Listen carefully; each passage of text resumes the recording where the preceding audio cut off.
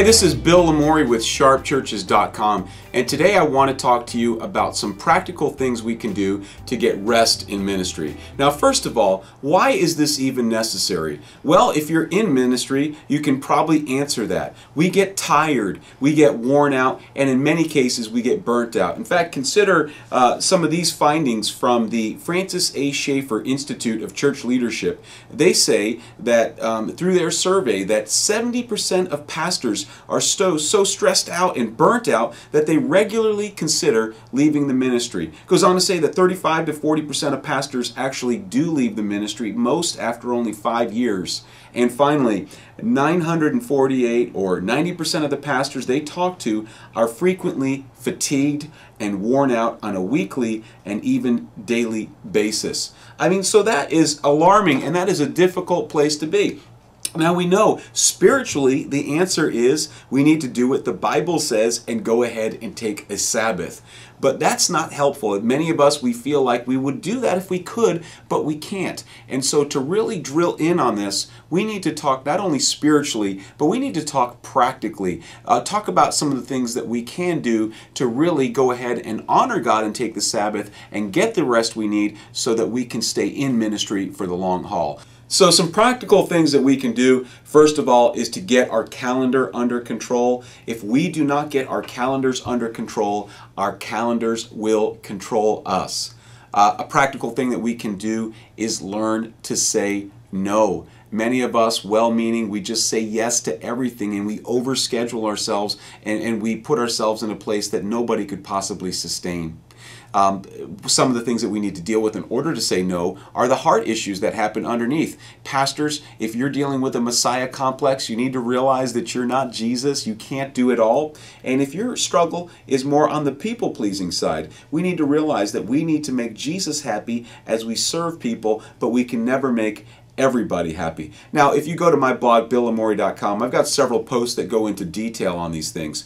But what I want to focus on today are some things that we can do very practically that will help us to get rest. And I would say that until we do these things, we'll never truly get rest. I mean, we may get away, but we won't be rested because we'll be thinking about, worried about, concerned about, is everything going okay? And we won't be able to truly disengage and abandon and just let everything go as we could if we were to do these things. Now, let me just say, to do these things, it's going to take hard work. Isn't that ironic? I'm telling you how to rest, and I'm actually telling you you're going to have to work harder. Well, that's the reality, is that initially you're going to have to work harder, but for the long run, this will equip you to be able to rest better. So let's get into 3 things that will help you to do that.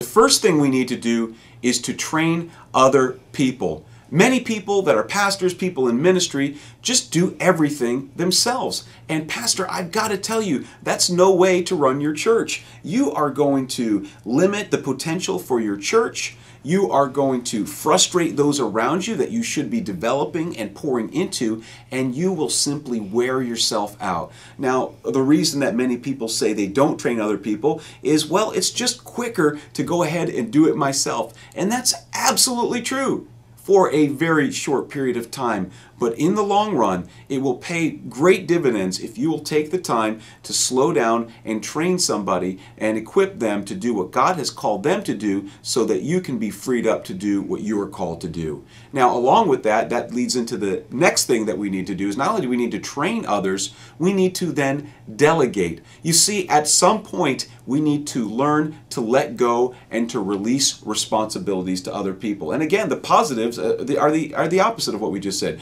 You're going to expand the potential of your organization. You're going to empower other people, and you're going to be able to live at a sustainable pace.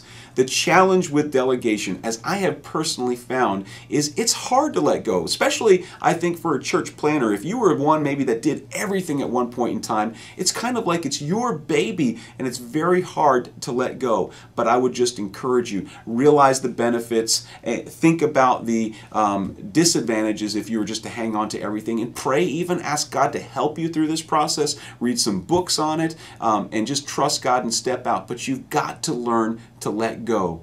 And the third thing that you need to do very practically, if you want to be able to get to the place where you can truly rest, is systematize everything. You see, the mark of a good leader is not how your church is running when you're there.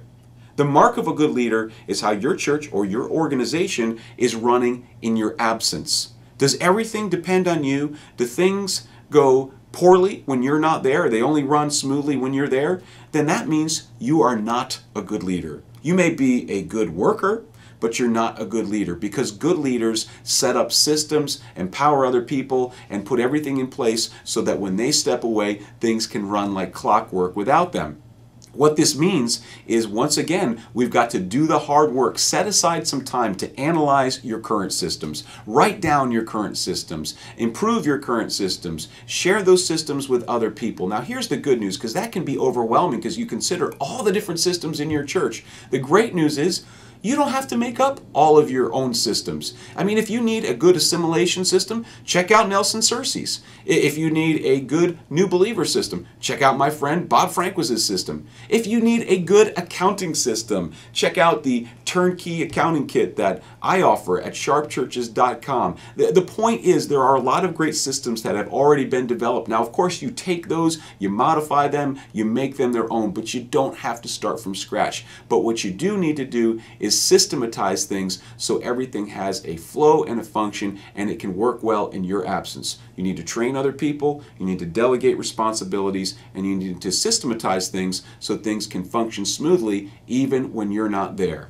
See, I'm convinced the reason that so many pastors are feeling worn out and burnt out and fried and frazzled and want to quit is because they have not set themselves up to be able to take rest, and so they never do. The good news is that if we're willing to do the hard work on the front end, we'll be able to take the rest we need on the back end. You see, once you've done these things, get out of town, go to the beach, relax, enjoy some time with your family. You've earned it, and you need it to be able to stay in ministry for the long run. So I hope that you will do whatever it takes, all the hard work that's required, so that you can have some time to unwind and relax and enjoy life too.